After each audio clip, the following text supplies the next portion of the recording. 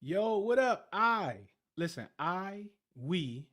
We as in Chuck and DawgTired, we will not be fooled over these position coaches again. We will not be fooled and surprised and shocked that a Pop Warner coach is coaching up the DBs.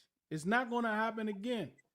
So to prevent that from happening, what we decided to do is to develop a show every Thursday where we're going to look at these position coaches and we're going to do a background check to make sure there are no excuses for these players. So up to date, we got Dog Work Henderson and Ben Steele, two of the newly acquired coaches. We're going to get into it, man, right after this.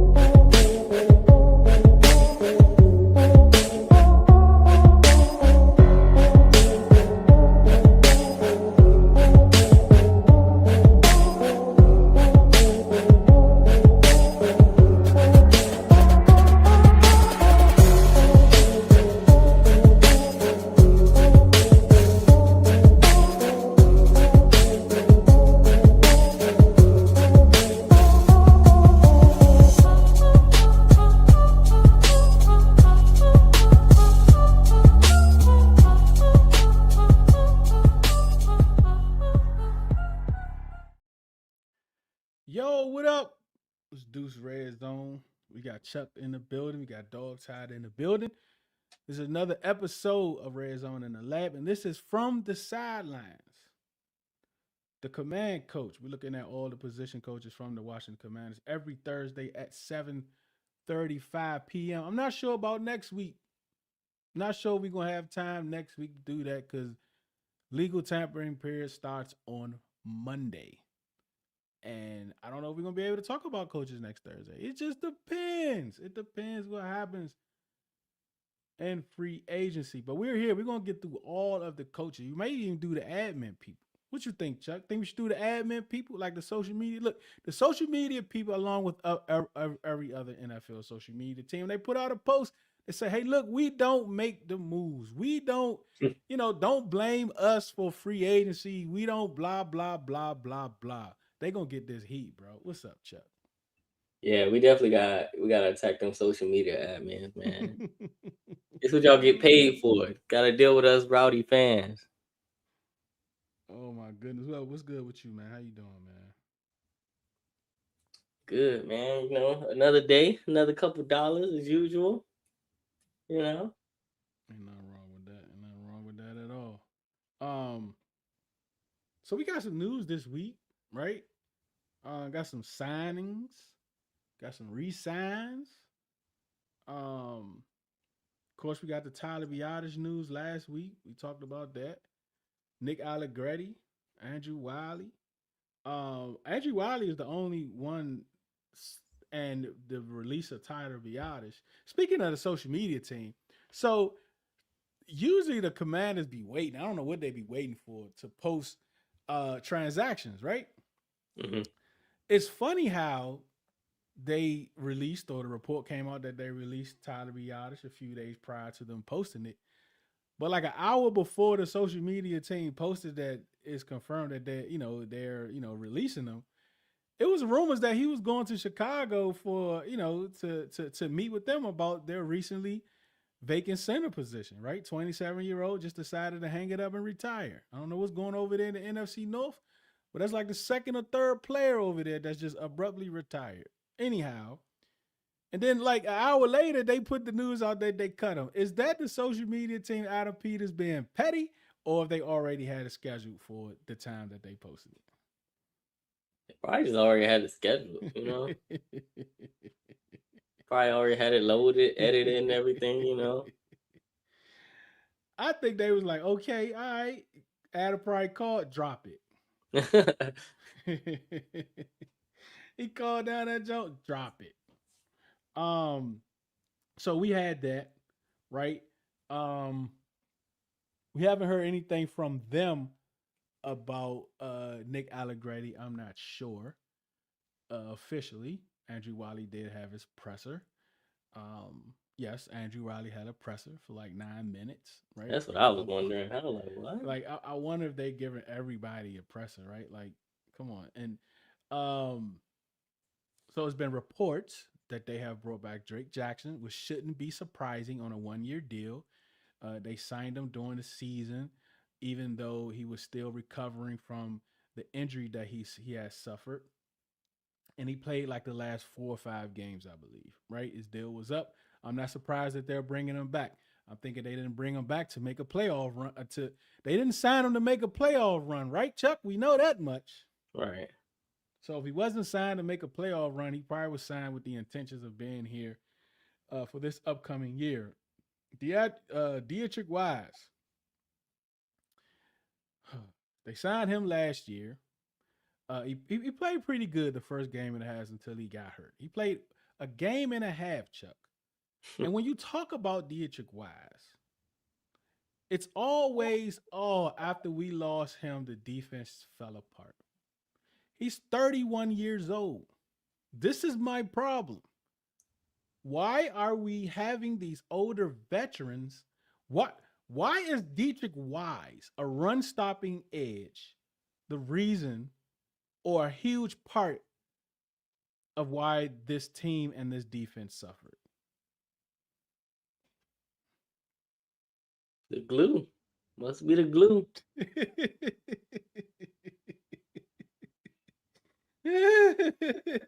Bro, Gotta be. I don't get it. Like this off season, you need veterans on your team. You need veterans on your team. But the issue is them leading like the major and multiple position groups. That's what we cannot have. I cannot have my whole season fall apart for a 31-year-old. Nah, you can't. We can't. But anyhow, they brought him back. I like it. I like the move, just like Allegretti and Wiley. I like those moves as depth pieces. I think they're great depth pieces, right? And Madden, if they start, they probably a 63. But as a backup, they'll be like a 74, right? So I like these signings. I think these are the type of depth signings that you bring in guys that you can trust to be spot starters along as the season goes on. And the offense won't take a major hit. This is how you build teams. But those players are not starters. Those players are depth pieces that's able to come in 2 or 3 games to hold it down if need be. And they also Drake Jackson, Andrew Wiley, Allegretti. Of course, they already did Trust Way, Dietrich Wise. I think that's it. So, as far as Jake Moody is concerned, um, they are not tendering him, so he's a free agent, so he can kick rocks. I still haven't heard anything about C Rod. And the interesting thing with C Rod is he's a restricted free agent also. Right. And I'm not sure when the tender deadline is because tenders is still being reported across the league. So I'm not sure when the deadline is. But with him, if they do tender him, and they more than likely they'll tender him for the round that he was drafted, which is fifth. So he'll have a fifth round tender. And that offer is for $3.5 million. So one thing I do know is he was cut like 6 times the last 2 years, and no other team wanted him. Right? That's one. Two, if we do the qualifying offer, it's worth $3.5 million. Right? $3.5 million. And if a team wants to outbid that number, they can, but it'll cost them a fifth round pick. I don't see any team paying C Rod more than $3.5 million. And I do not absolutely see no team willing to give up a fifth round pick for C Rod. Now, Chuck, I'm going to ask you this question about C Rod. And the thought process is we have Bill and we're going to get another starting caliber running back. right? So you have those 1, 2. We still need a pass catching running back, and then you'll have C Rod. You'll have those four. Are you willing to pay a running back $3.5 million to possibly not be active on game day when everyone is healthy? No, when I can just go get a well, yeah, no. When I can just go get a undrafted, rookie this year, Mm-hmm. one of those running backs that don't get picked up, or I can go find another guy that's like, under the radar guy that a lot of people don't know about, and just still probably get the same effort for what be a third string at this point and Mm-hmm. just be on the roster. Mm-hmm. So no, I wouldn't. I mean, I know. I guess the running back value has gone up in the last 2 years, even though people were saying it was going down. But it's still a pretty cheap position to me. Like, there's no reason to go. They're what you call expendable. As sad as it sounds, they're definitely expendable. You do have your elite running backs, but most of the team has a lot of expendable running backs on their roster. Not to Um. downplay C Rod, but you know Yeah. We all love C Rod. He's the best running back we've ever seen. Um. he more popular than is he more popular than Roy Halou Jr.? I don't even think he's more popular than him. Oh, forgot about him. Um. Oh, if you forgotten them, Yeah, I forgot all about Roy Halou. Right. I mean Chris Thompson. Right. yeah, Um. I think for the most part, I think C Rod is a good runner. He showed that he can run that rock. He showed he can run in between the tackles. I think he's a good running back, right? I think he is a running back. But the question is, and I wouldn't mind this, right? If the vision, like, we still need 90 players. So I absolutely think he comes back, but I don't think he comes back at $3.5 million. That's my only thing. But who knows if they able to fit that under the cap? Maybe they do. Who knows? Would it be a surprise? Is if they extend him. Like, now that would be a surprise. I would be shocked if they give him like a multi-year deal. I would be shocked by that. And if they do that before they bring in another running back, the fan base is going to go nuts because they're going to believe that it's going to be Bill and C Rod as the lead backs for 2026. Dog time, my bad. We were late. We had some technical difficulties. I had some mic issues. I had some speaker issues. I had some thumbnail issues. We had a lot of issues about 30 seconds before the show started because 10 minutes before the show started, I thought I was good. So I went to go lay down. So I'm gonna lay down for about 7 to 8 minutes. I don't have to be on camera, so I could just come on here. And then nope, that's not how this works. Being a content creator. So always be flexible. Start your shows 15 to 30 minutes prior to your show actually starting. And what I mean by start your show 15, 30 minutes prior is be in place as if you're about to start. Do everything that you need to do except go live, except start. And then if everything is good, just sit here and just look at the screen. Get your thoughts together. Because if not, you're just going to be babbling. Um, What's up, T? As always, appreciate you coming. Marcus, what's good, man? Wise and some of the others are signing because of lack of players on the roster. I mean, that's with all teams. I don't think that's just for our team, right? And I think a lot of, when a lot of these things happen, we're so focused on our team as if our team are the only teams that do stuff, regardless of what that is. That's just not the case. Like, more than likely, you don't follow fans of other teams, right? At least all of the teams. You don't follow the local beat reporters of those teams, right? Like, you don't. So obviously, you're just kind of, if it ain't big news, you're just kind of like, why are we the only team that's doing this?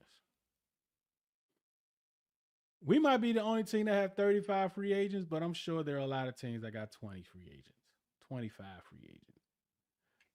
That's just the league. That's just the game.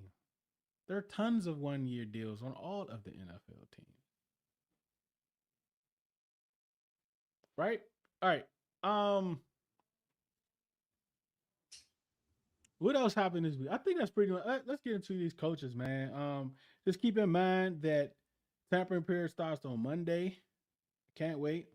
Riddle Radio will be on at 8 o'clock, which may do 7:30. Who knows? Big week. We're gonna go to about 12 o'clock to noon instead of 10. Monday through, and we're gonna do Tuesday next week too. So I'm excited about that.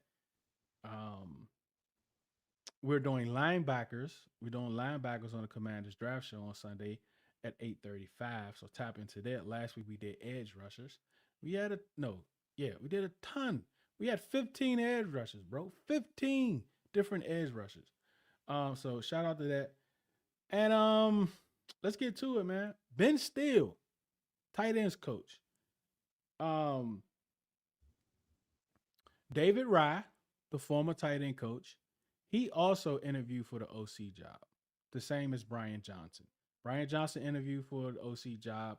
You know, they waited and waited. This is why it's taken so long to set this coaching staff, because they were waiting for Brian Johnson to determine or make a decision if he's going to be able to be around, uh, if he's able to continue to be assistant head coach, passing game coordinator, but be a hater through the process. Right, Chuck? Like, he had to ask himself, am I able to do this job, which is going to pay me more, give me more power to do certain things, put me closer to what I want to be a head coach again, and be a hater while I do it, because they went with the younger kid that has absolutely nowhere near the experience that I have coaching football. I mean, I am the guy that gave Jalen Hurts his best passing statistical season of his career. Me. So would he have been able to stick around as a hater, or would he just leave and go somewhere else and be the help? Like Cliff. Cliff is a bona fide help. Even though he's assistant head coach, he's still getting $7 million from the Cardinals this last year, right? And that's where Brian Johnson went. He's like the defense assistant on the defensive side of the ball, you know, helping them to game plan against offenses. I guess that's what that title is, right? You have offense and defense assistant, and they're actually different roles. So a defense assistant is actually an offensive coach, and an offensive assistant is actually a defensive coach. So that's what Brian Johnson went to go do. So shout out to him. So anyhow, David Rye, obviously, you know, they gave him the opportunity to interview for the OC job. They promoted him to passing game coordinator. So now he's a passing game coordinator, and which we reviewed and discussed last week, I think, or the week before last. And then the next day, he was promoted to passing game coordinator. So shout out to DawgTired. Because keep in mind, all these coaches that I talk about on Thursday and the players that we talk about on Monday, DawgTired is choosing them players. He's right there in the comments. It says ST33ZY101209.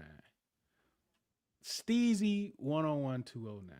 I don't know if them numbers, you know, because he's a numbers guy, so I don't know if those numbers actually say a word on that.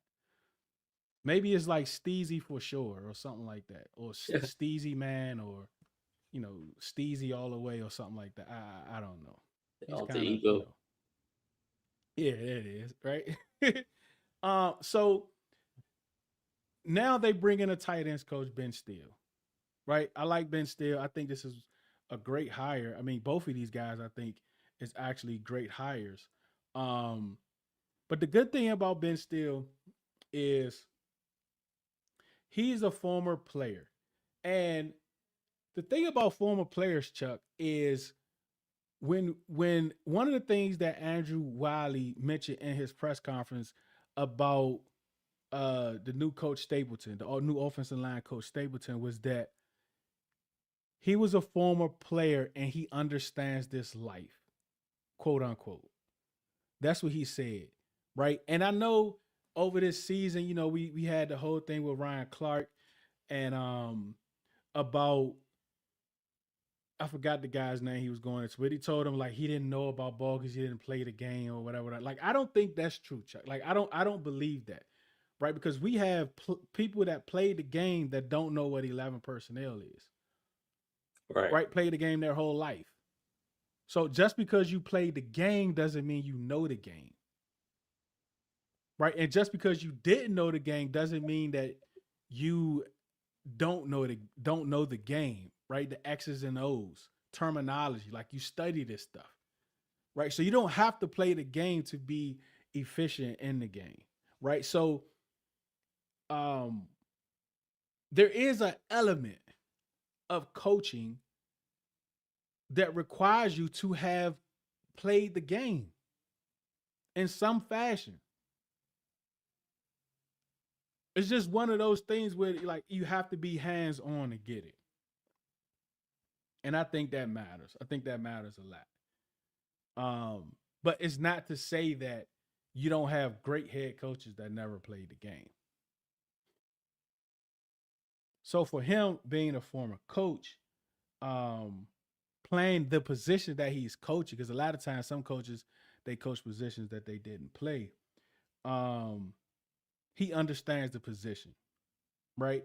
And having coached with a few other, you know, the hybrid position, right? For instance, Trey McBride, he plays that hybrid, this new age hybrid position, hybrid tight end that can run routes, that can pass, that can line up at the X, at the Z, that can be flexed out.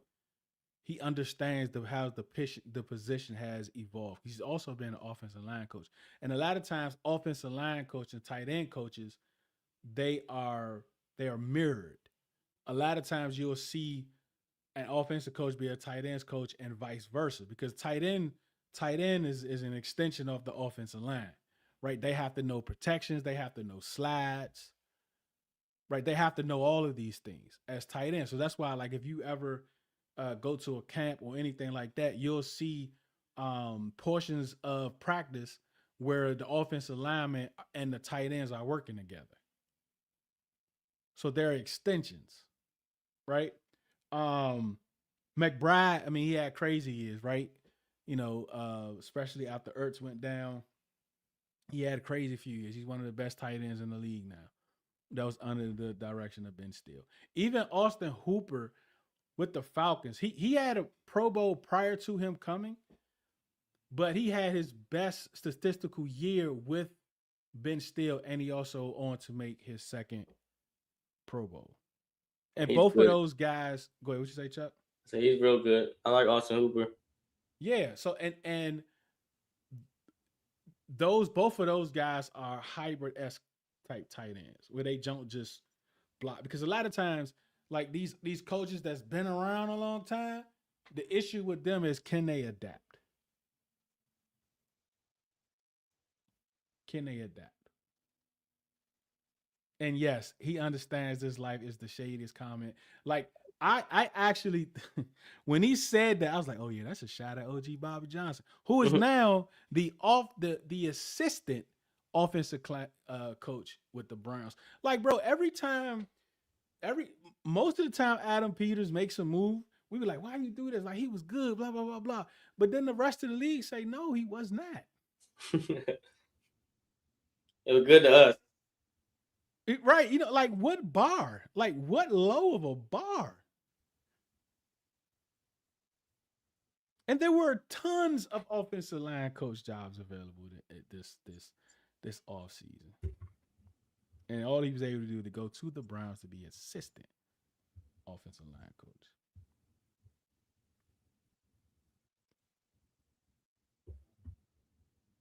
I mean, I mean, he's been around, right?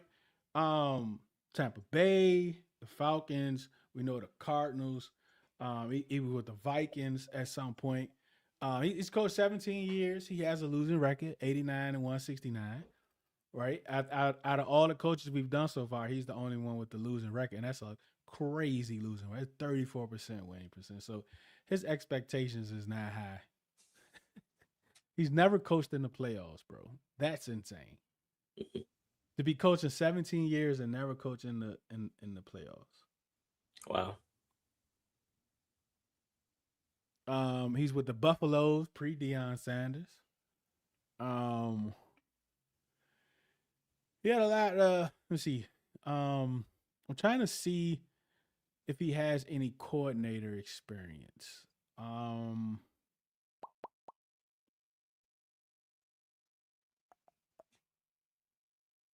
no, just offensive line, offensive assistant, tight ends coach, administrative, those type of things. So he's never like a coordinator, but he's been a tight ends coach for years.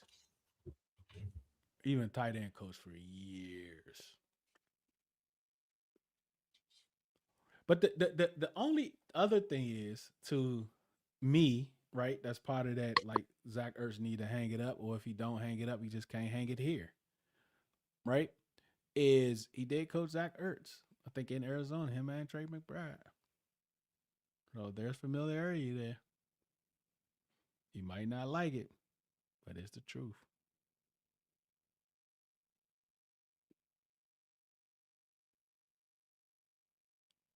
Cameron Brett, Aiden Hurst, Garrett Boyles. So he has a few players that he's coached. Man, this record is crazy, bro. Like, oof, my goodness, he ain't went nowhere. Look at this. Let me run this down, Chuck.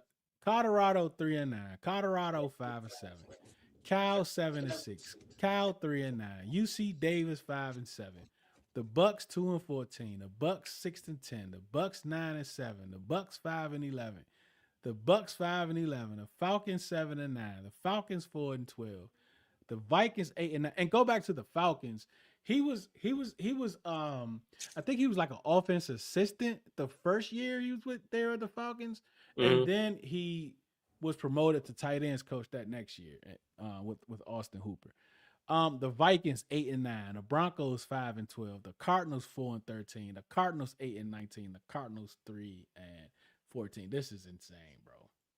Zero playoffs is insane for coaching in 17 years. But he has worked with some greats though. He sound like he bad luck. I don't know. Huh? I can't do another 4-13. Hey, look, Ben Simmons might have 800 yards. We might win 5 games. I mean, Yeah, what cost?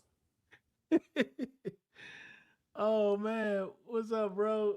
Logic girl, how you doing, man?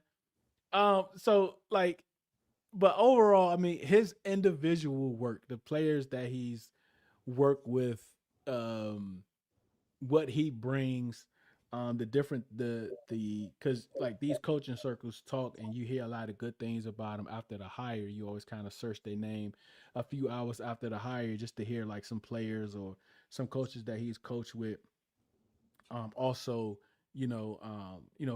praise him, right?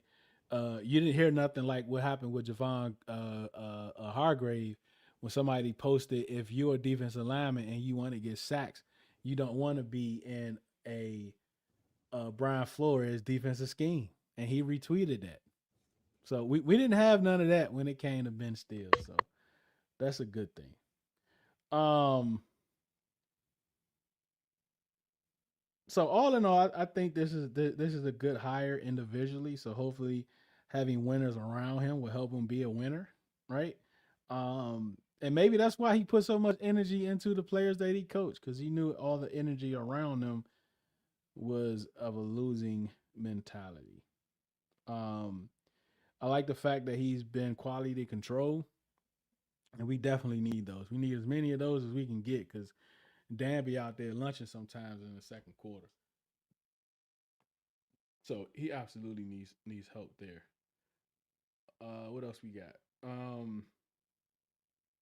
I think that's about it with Ben Steele. I like Ben Steele. I like the hire. I think it's a strong hire. Uh, the Zach Ertz thing is interesting, and I thought he also maybe that was just Cameron Brett, but I thought let me see who coached with Cade Otton. Maybe that was David Rye. Is David Rye who coached with Otton? I think so. And I wonder if they. I wonder. Hold on, let me see what my notes at, dog. I know, dog. We did. Didn't we do David? Yeah, we did David Rye, right? Yeah, we did I David Rye. believe so. Yeah, because the next day he was promoted. Um, he was there in 2003, and he coached Cade Otton in 2003. Um, Ben Steele was there. Oh, that was a long time ago. Nah, they didn't overlap. No, hold on. That doesn't make any sense. Hold on a second. Hold on a second.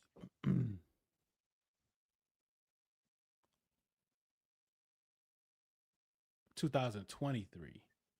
Because I'm like, hold up. That doesn't make any sense. All right, so 2023 um, is when David Rye coached there. So, um,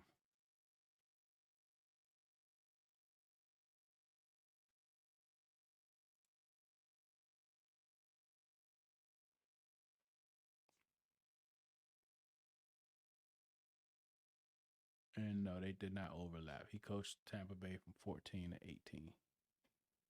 He was there a while. He was there low. He was there a while. Yeah, but shout out to Ben Still. I think that's a good hire.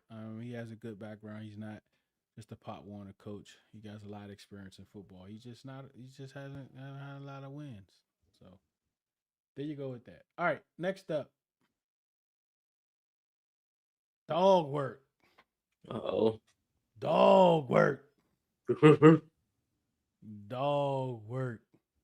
This is my this might be my favorite. This might be my favorite hire, even more than Durant. I mean, even more than Durante Jones. Like the things you hear about him.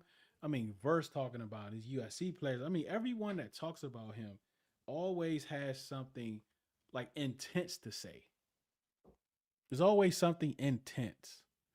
And he believes in this dog work, right? Like he really believes in it. To the point where he has his own apparel. He has his own apparel called Dog Work. And look who he has representing Dog Work. Look at this guy. Oh, hold up. I gotta hold up. I gotta change this up. I don't know if you can see it, but It's a little small. the guy at the bottom. Check that guy out. Oh, there we go. Though he has his own apparel, dogworkapparel.com. So if you want some dog work apparel, that's where you get it from. Dogworkapparel.com. Is that him up top or that's Joe Witt? Now that ain't Joe Witt. I thought that was him when I first looked at it, but I ain't sure. It could be a former player. I don't. Oh. It's not regular. We know who the bottom guy is, so there you go. I want to show this video too. Hold up, let me see. This dude is different, bro. Like, here you go. Let me get this up here real quick.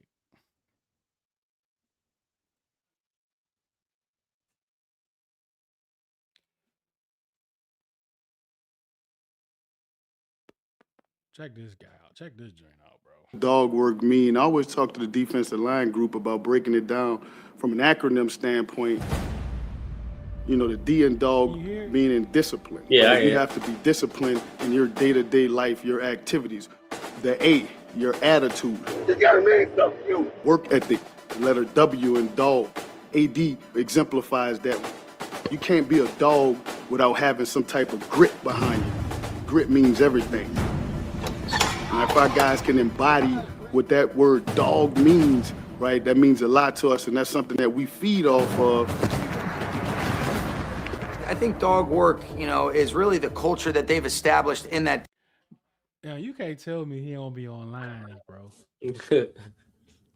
No way, bro. Ain't no way he ain't walking around practice with his nose on the back of his hand, bro. No way, bro. Look at him, yeah. Look at McVay, yeah. I don't even think McVay work out no more. He little now. McVay little now. Look at him, yeah. The gray hair. Defensive line room. You know, you hear us talk about on our team, we not me, but I think that says so much about Eric Henderson to be able to establish a culture within the framework of the defensive line room. I think it's just been something that, you know, I totally believe in, and I think the guys that come in here truly buy into it. It's been a reason why we've been able to do some of the things that we've done around here.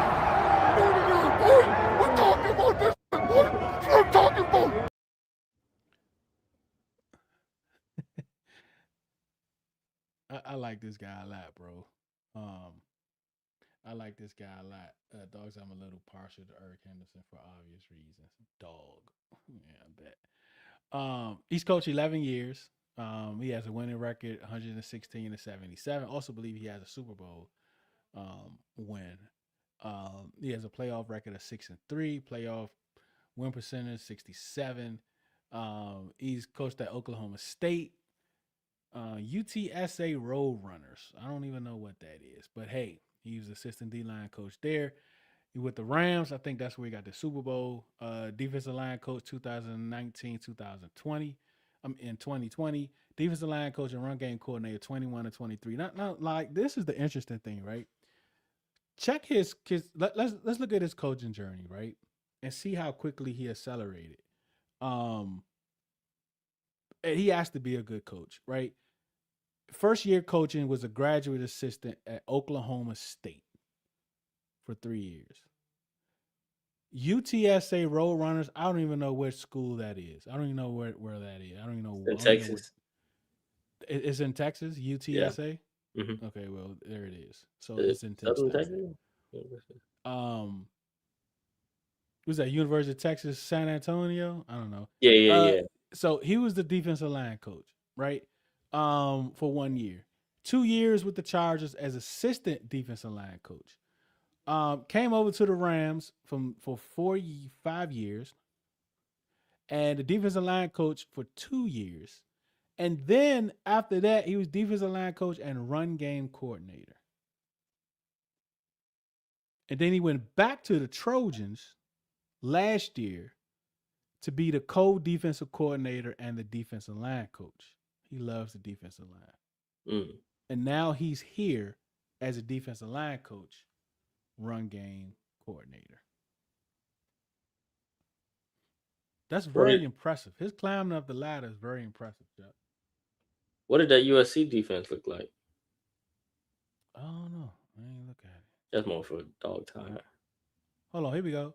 Well, he got the record. The records, they were 7-6 and 9-4. So they improved. Yeah. I thought they had a really good defense, though. Yeah, I think their offense went down when Caleb left, of course. So Teddy said he's a little worried about the coaching staff, especially on offense. A lot of unproven, and that's not true, Teddy. That's not true. If you can, Teddy, if you got time, go back the last couple weeks and look at the coaches that we previewed, especially on the offensive side of the ball. Right? Let's pull it up real quick. I'm just going to pull up the staff. I'm going to pull up the staff real quick, Teddy. But if you do have time, go back and watch, because I think you'll be surprised. And I understand why you're saying what you're saying. Trust me. Well, Tyler Higbee is off the market. Tight end Tyler Higbee. The Rams just agreed to a 2-year deal. I was about to say, they better. He's off the market. All right. So David Blau, yes, Teddy. Inexperience. I agree.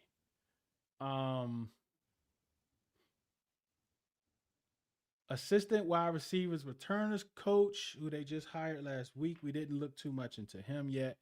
We have to see what that looks like. Bobby Ingram. He's very experienced, right? He even was an offensive coordinator, right? Offensive assistant. Let me see what else we have. I'm going to type Bobby in. Because, yeah, man, like, you'll be surprised, because I was surprised. Because I was feeling exactly how you were for a while. I was. But then I realized once DawgTired put all this paperwork together, that these guys they have a lot of experience. Offense assistant. He was a offense assistant, of course, wide receivers coach. He's been coaching for 12 years. He was offensive coordinator when he was coaching in college. He's coached some great players. So Bobby Ingram, for instance, is one of those guys where he has experience, right? Let's see, who else do we have? Anthony Lynn, former head coach, running backs, right? Offensive coordinator. He coached under some great head coaches. We know he has experience, right? I'm loving. He has a lot of experience in that room, right? There, yeah, you have experience there. David Rye, we just talked about him last week, the passing game coordinator. He has tons of experience coaching. Young and upcoming coach. He's another one, right? Ton of experience.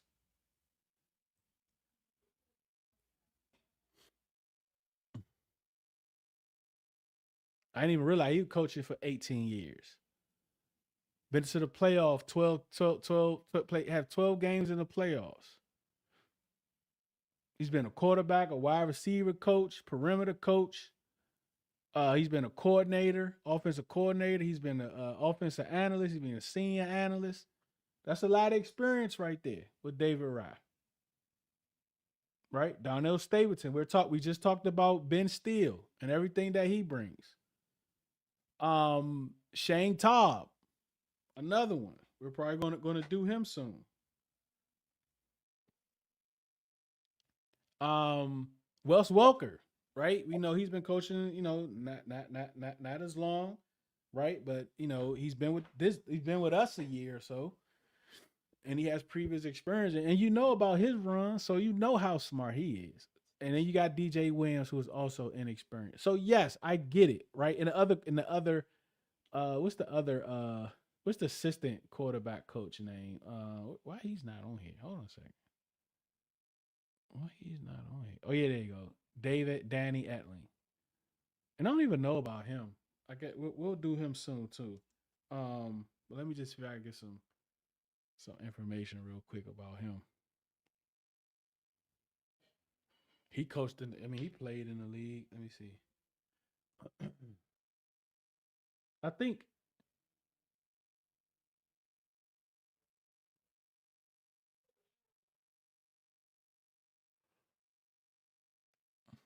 he had a good little career. He had a good little career, man. Look at that.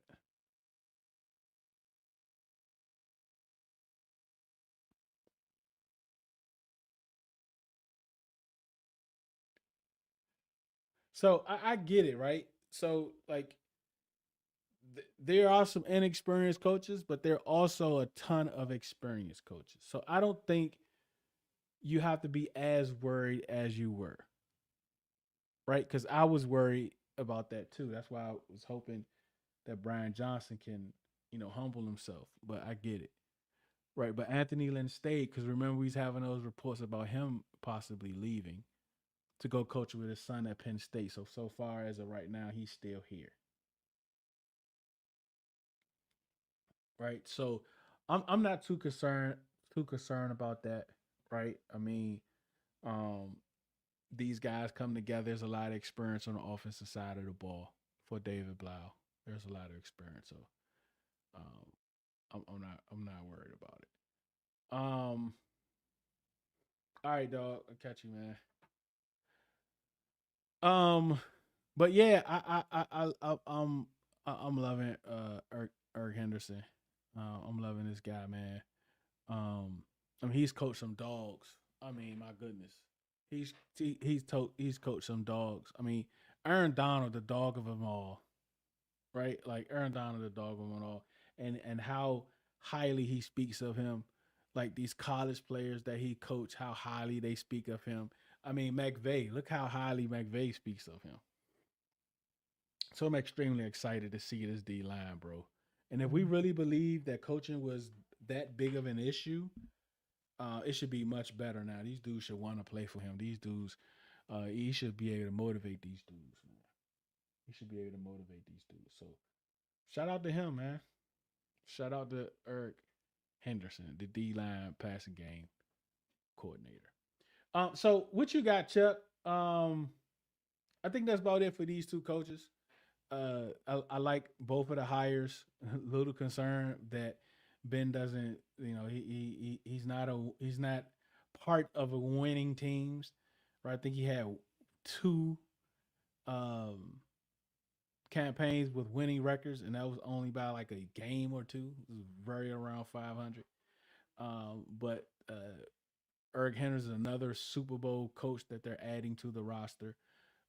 So I'm excited, really excited about him. I think he's my favorite hire for sure. Just hear so many good things about him, and that whole dog like that mentality that he's brought everywhere he's been, and for him to bring that here, I think is going to match very well, especially with people like Kinlaw. Like that type of attitude is going to match very well for him.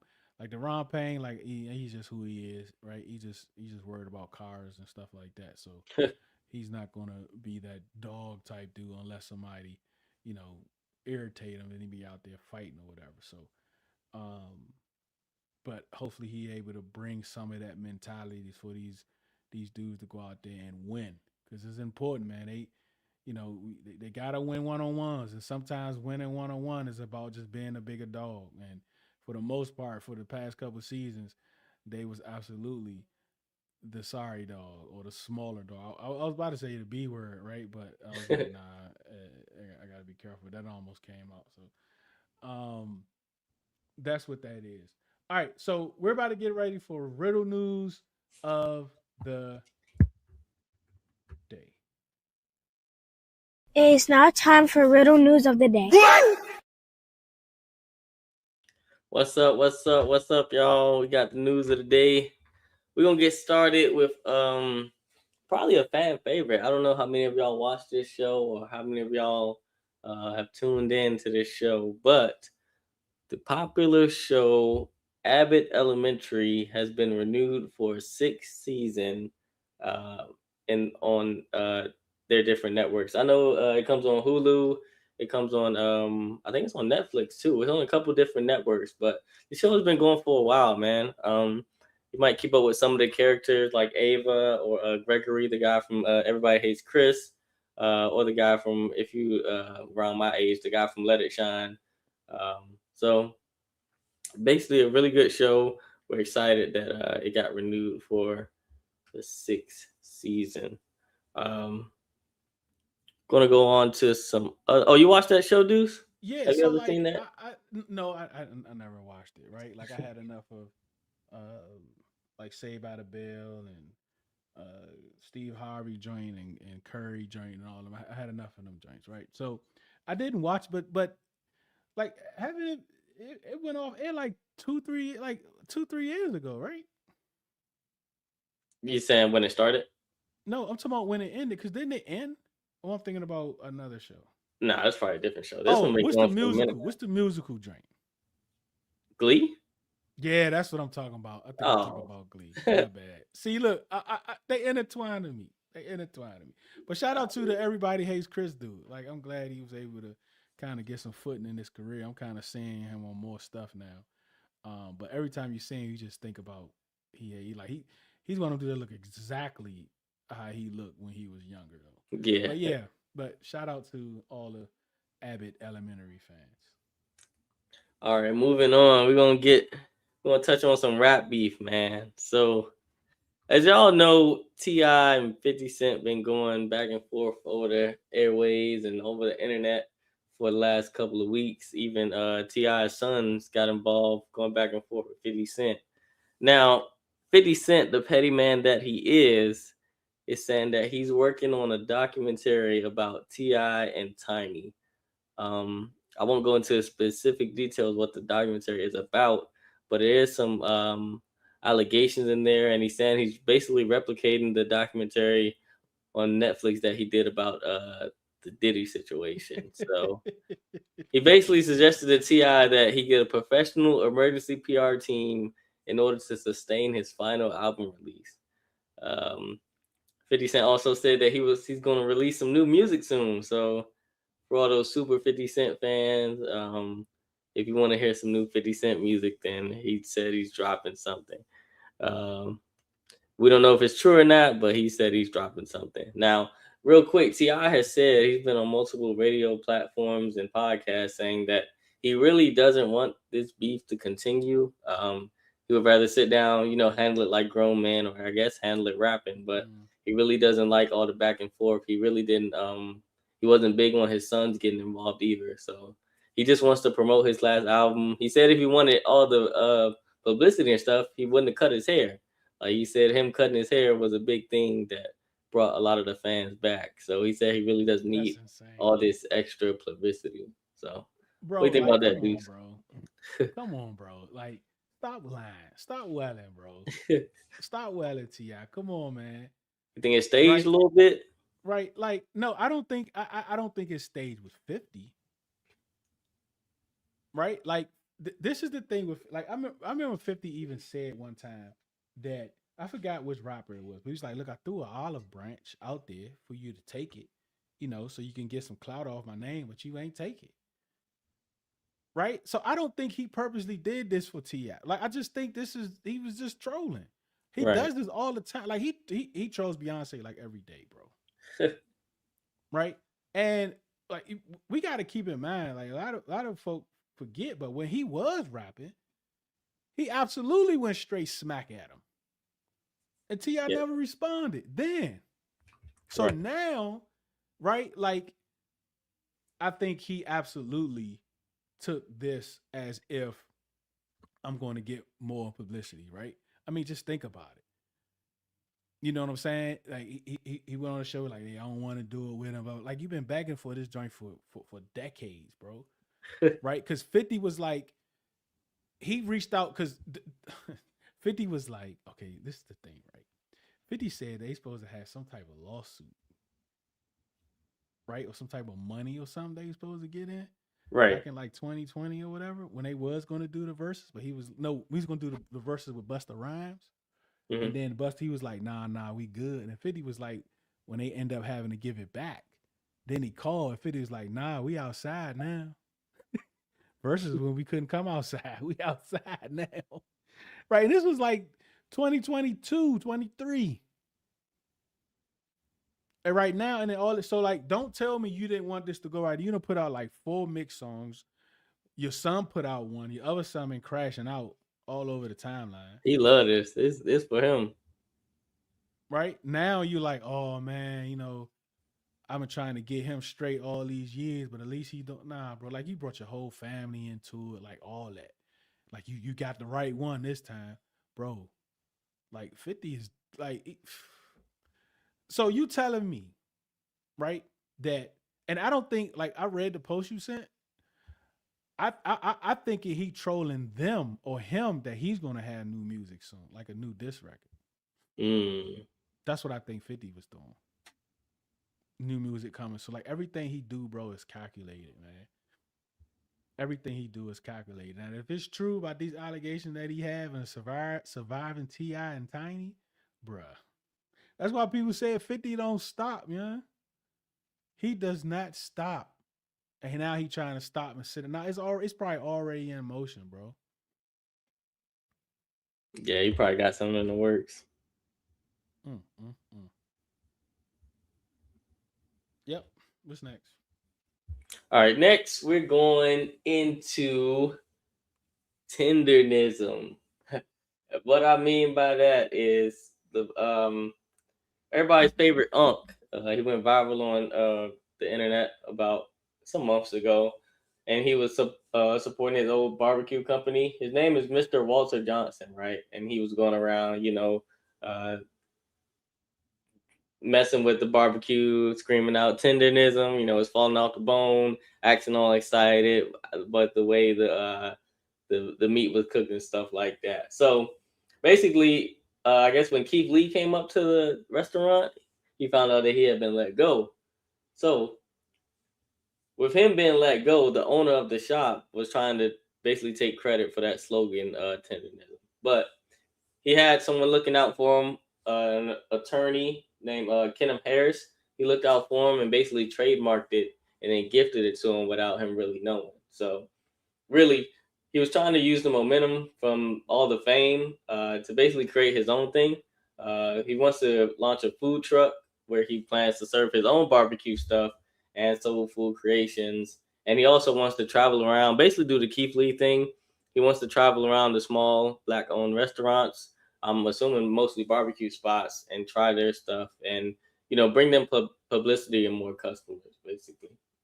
So shout out to attorney Kenneth Harris. He's the one that took the legal action to actually secure the trademark. So now the trademark tenderism is owned by Mr. Walter Johnson. So shout out to him. So I was following this for about 3 weeks, right? Mhm.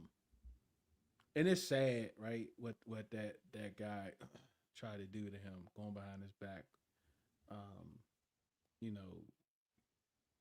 And one of the things that was definitely concerning was he started wanting to be in all the videos, right? He was making Mr. Tenderism record him while he was doing Right. videos. Nobody wants to see you. Like, go back in the building and cook. Get back in the office, man. Yeah, like go back in there and do your thing. Like you're making money. You're getting celebrities retweeting him. You're getting celebrities coming to your shop, like all of that. And they're there for him. He's the reason why. Like just like humble yourself and just collect the bread. Some people love the spotlight. They want to be in the spotlight. Because now what happens is all of those celebrities that was coming there for him that's been reached all now they on this side. Now they telling all they folk like you're a cruddy dude. So now you're gonna lose money. Yep. And then there's an old black man. It's going about his day.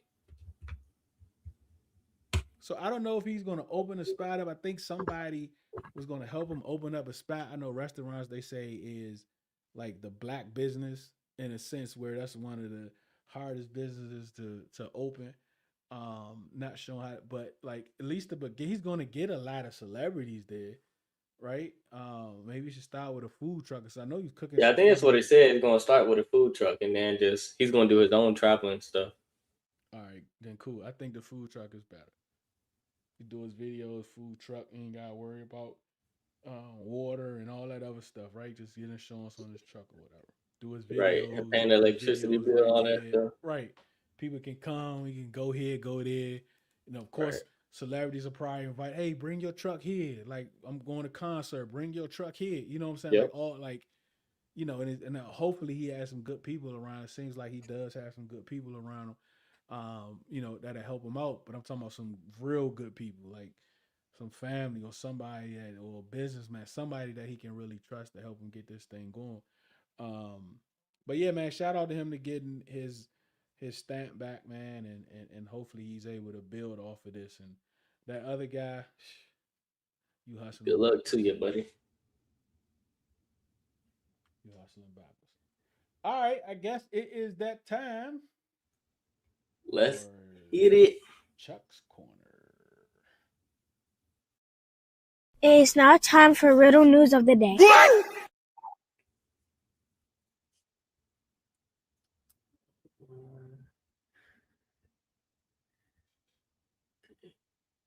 Yo, yo, yo, yo, yo. I don't know what's going on with my camera, but there we go. All right. What's up, everybody? It's your boy Chuck, and we are here at the corner where we talk about a little bit of anything and everything, but it's mostly women's basketball. All right. First thing we're going to get into is the Unrivaled Championship. Yesterday actually, we had the Unrivaled Championship with the Miss and the Phantom. It was a really good game, actually. Kelsey Plum was actually going crazy in that game, but her team did not end up getting the win. Breanna Stewart's team actually ended up getting the win, and Breanna Stewart actually ended up being the MVP for that championship game. Alicia Gray also put in her fair share of points, and Arike Ogunbowale had a crazy semifinals game, and she also had a good championship game to end it off. So shout out to the Miss Basketball Club from Unrivaled. unfortunately, that means Unrivaled season is over. So we'll see how the different players disperse and go on about their off season, and then we'll see how the CBA talks go, because that's actually what we're going to talk about next. Is the WNBA and the CBA, man. So about a week ago, it was put out that the league was trying to basically keep the revenue share at about, 50% of the net revenue, with it just 15%. And it's just basically not enough, right? They're still trying to shortchange the players. So the WNBA players put out a survey on their league, and they basically asked their own players, would they accept this offer from the league, or do they want them to keep fighting for more revenue shares from the television networks, the merchandise, and all that? So 84% said no, I would not accept 15%, and I want the union to keep negotiating. So that's where they're going to go. The latest thing that they put out is that they wouldn't mind a strike if they have to, but they really don't want to. A strike would hurt everyone. So hopefully, within these next 2 weeks, they get something figured out. I'm going to talk about this more on my TikTok, but I really think the players might end up settling, at least for 2 years. They'll settle for about 2 years, take a deal that's somewhere like favoring the league, and then they'll bounce back, and then they will get what they are owed. But if they want to lead a league this year, a season this year, then they're probably going to end up settling. Or we'll get a strike, and they'll probably do like the NBA did a couple years ago. They do a lockout. They come and play at some local gyms, or Unrivaled might start back up and transition into a 5v5 league. So yeah, hopefully they get this figured out. All right, moving on to March Hey, Chuck, let me ask you a Madness. question, Chuck, real Oh, quick. yep. So what's the difference between like Unrivaled and the WNBA? So Unrivaled is the 3v3 league owned by Oh, Nabisa Collier and Brianna Stewart, two players from the WNBA. They created it about 2 years ago, and it's basically they invite certain WNBA and college stars to come play during the off season. And I'm not gonna lie, they make a lot more money. They get a wow. little bit more like TV time. Um, they're stationed out of Miami, but this year they started traveling between New York and Philly, and they sold out 2 arenas. Basically, so Unrivaled is really taking off, and basically some people view it as a competitive league now. They think that it's been set up to try to compete with the WNBA, but I disagree. I don't think it's that at all. I think it's just something to do in the off season, so all the ladies don't have to travel overseas, because that's really what it was What? made for. So the ladies don't have to travel overseas. Constant improvement is always a threat, Yep, right? Do they have any big deals? they have a lot. They have a deal with Sephora. They have a deal Mm. with what is it, Samsung. So they can't. If you notice, like you go on their Instagram page, they can't show any Apple products or Mhm. other kind of products. They blur them out. So they got a lot of deals. TNT, True TV. They got the TV deals. I can't even. I'll have to research. Actually, Monday I'll bring that to you. The list of big deals that Unrivaled had. I think they had a Sprite deal too, man. It was a lot. They were definitely beating the WNBA out on deals. All right, getting into this March Madness that's starting. All right, so this week we have the different tournaments. I'm gonna go over the ACC and the SEC. The SEC again is in Greenville, South Carolina. If you can get there, it's a lot of games during the day. It started yesterday and it's continuing today. So as you can see, most of these games are already over. If not, I think it's only one game on right now. So actually, to give y'all an update on the SEC tournament, um, sorry, let me give y'all an update on the SEC tournament. So if we look towards this third bracket, it'll be tomorrow. It'll be Kentucky and South Carolina.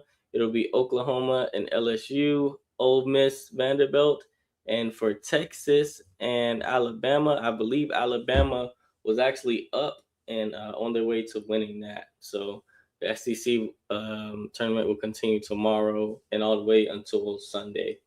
Now we're going to go into the ACC tournament. This bracket actually looks way better than the SEC tournament. So I got a chance to actually watch a little bit of this one today while I was supposed to be working, but you know how that goes. So this one for whoa, easy. Well, this one, we got some updates on these games too. So we got the Duke game, Duke and Clemson game. Duke will play Clemson because they ended up beating Virginia. NC State will end up playing Notre Dame. Notre Dame blew out Miami. Louisville and Syracuse will play. And then North Carolina will play the winner of Virginia Tech and Georgia Tech. I believe Georgia Tech is up right now in that game. But those games will also continue tomorrow. And then Monday, I'll bring y'all an update on how the whole tournament went. And we'll go into look at March Madness for the actual NCAA tournament. All right, moving on to the last thing, we're going to talk a little bit of USA basketball because we do have some breaking news. This part I'll talk, I'll go into detail on my TikTok, but I'll give y'all a little rundown on what's happening with Team USA. So change up to the rosters due to an injury between Aaliyah Boston and Sonia Cintron. They both sustained injuries and unrivaled, so they will not be participating in the USA World Cup qualifiers. They have been replaced by Monique Billings and Ray Burrell. So pretty solid substitutions. I have my differences about that, but again, on my TikTok, I'll go into a more in-depth breakdown of who I think the starters are going to be and then who I think should have been on the team. So that is all we have today. Monday, I'll give y'all a breakdown of the NCAA tournament again, and we might have some sneaker news. So remember, when you finish at the lab, you can always come down and kick it at the corner. Thank y'all. And that was Chuck's Corner. And we thank you for joining us today. We thank you for your time. What's up, Mitch? Oh, you late. We about to get up out of here. You got to catch the playback, Mitch.